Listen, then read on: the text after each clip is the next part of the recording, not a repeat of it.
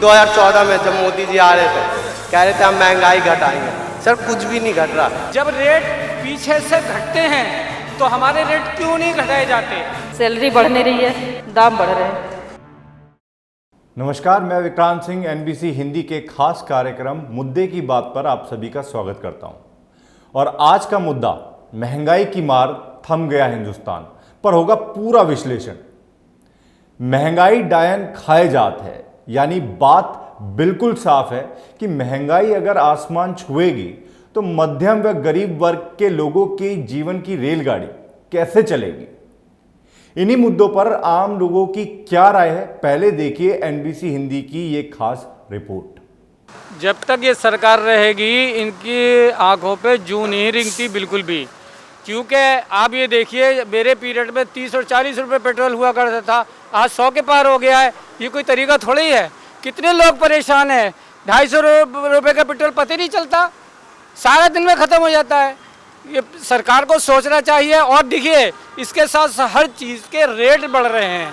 आप ये देखिए पेट्रोल के साथ साथ सब्जियां, दालें और चीज़ें जितनी सब चीज़ पे रेट बढ़ रहे हैं। क्यों नहीं कंट्रोल कर रही सरकार? सरकार चाहे तो सब कुछ हो सकता है, एक दिन में हो सकता है। जब रेट पीछे से घटते हैं तो हमारे रेट क्यों नहीं घटाए जाते? हमेशा बढ़ाने की कोशिश करते रहते हैं। कितना खाओगे यही समझ में नहीं आता है। सोचना चाहिए सरकार को। हम लोग बहुत परेशान हैं सारे के सारे। गाड़ी कम चलाएंगे, क्या करेंगे? और तो कुछ कह नहीं सकते इसके अलावा। दामों से तो यही है ना कि हमें बहुत ज़्यादा सब कुछ महंगा हो गया, सारी चीज़ें बहुत महंगी हो रही हैं। सो हम चाहते हैं कि वो रेट्स कम हो और आम जनता को दिक्कत हो रही है। इसमें जो बहुत अमीर है उसको कोई फ़र्क नहीं पड़ेगा, जो बहुत गरीब है उसको फ़र्क नहीं पड़ेगा, लेकिन जो मीडियोकर्स हैं उनको ज़रूर फ़र्क पड़ता है, बहुत फ़र्क पड़ता है। अगर आपका हाउस होल्ड में कोई भी चीज़ महंगी होती है तो उससे डेफिनेटली फ़र्क पड़ता है।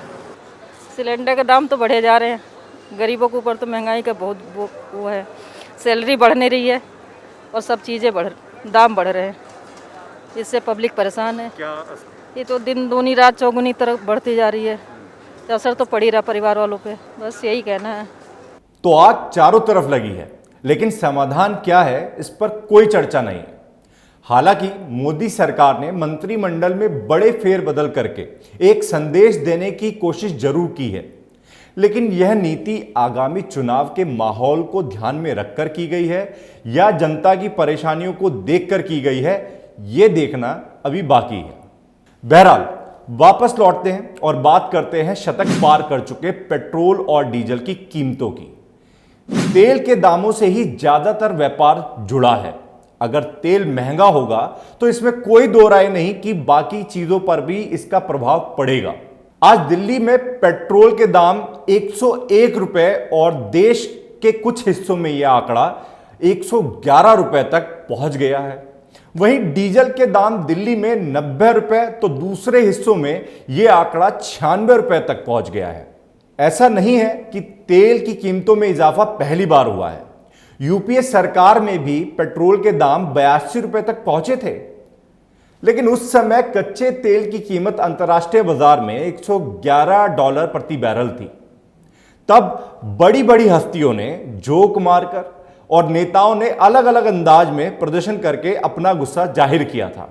आज जब कच्चे तेल की कीमत अंतर्राष्ट्रीय बाजार में केवल $75 प्रति बैरल है, उसके बावजूद आज पेट्रोल की कीमत कहीं पर शतक तो कहीं पर 111 रुपए प्रति लीटर के आंकड़े को भी पार कर चुकी है। लेकिन ना तो कोई बड़ी हस्ती बोल पा रही है, ना कोई बड़ा नेता जनता की आवाज को आगे पहुंचा पा रहा है।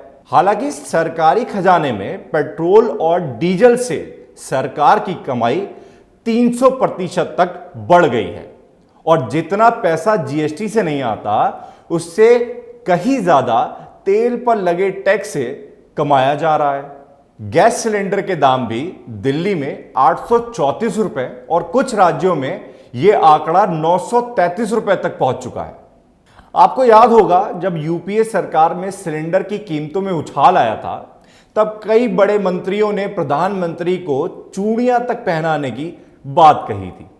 लेकिन आज कमजोर विपक्ष की वजह से कहीं ना कहीं खामियाजा जनता को भुगतना पड़ रहा है।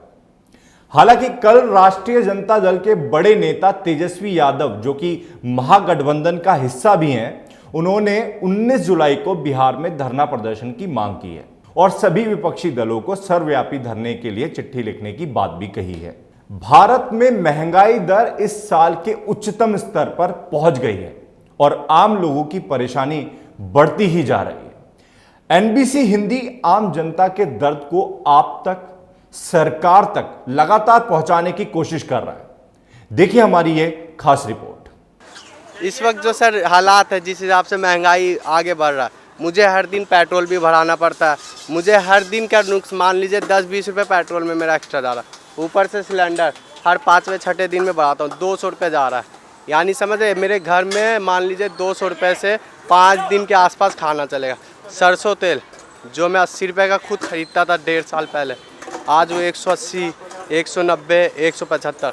रिफाइंड पेटी 700-800 रुपये में आता था, आज वो 1600 रुपये में। 2014 में जब मोदी जी आ रहे थे, कह रहे थे हम महंगाई घटाएंगे। सर कुछ भी नहीं घट रहा। यहाँ तक कि मुझे जो तनख्वाह मिलता था ना, वो उसमें भी कम हो गया। 8,000 रुपये मिल रहा है। अब बताइए मेरे घर में जो लोग हैं, मैं कहाँ से खिलाऊँगा 8,000 में। बहुत प्रभाव सर है सर। एक तो सिलेंडर वाले सिलेंडर उसमें कम भेजते हैं, ऊपर से 200 रुपये ज़्यादा आ रहा है। 800 रुपये में ब्लैक में आता था, अब 1000 रुपये में आ रहा है। पर्ची में खुद 830 रुपये, 820 रुपये है। तो जो 2 साल या 2.5 साल पहले पर्ची का 500, 550 आता था, 1.5 साल में ऐसा महंगाई भागा है कि हर चीज़ में डबल से क्या 25% और एक्स्ट्रा ही मान लीजिए पैसे जा चुका है। आप लोग खुद रिपोर्टिंग कर रहे हैं सर, आपका भी खर्च आपकी जेब से ही जा रहा होगा। आपको भी कंपनी आपका कम कर दिया होगा सैलरी।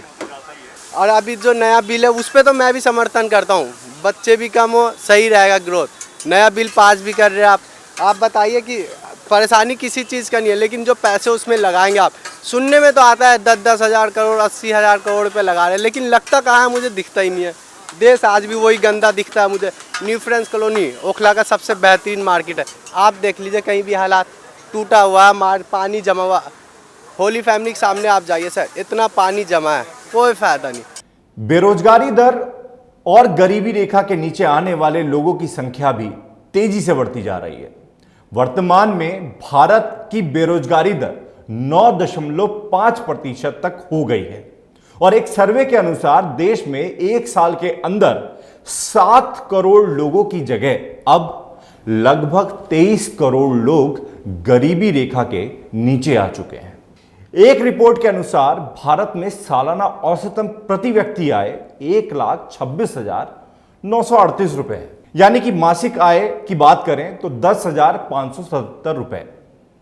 अब खाद्य तेल सामग्री, सब्जी, रोजमर्रा की जिंदगी में इस्तेमाल होने वाली हर जरूरी चीजों के दाम के बाद क्या वाकई परिवार का पालन पोषण संभव है?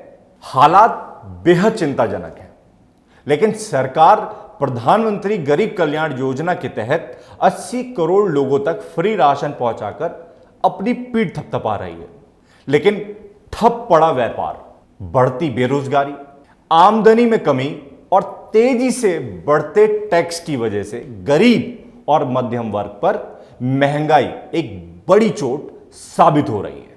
ऐसे में क्या कदम उठाए जाएं जिससे हालात बेहतर हो पाए? क्या पेट्रोल डीजल को जीएसटी में लाया जाए?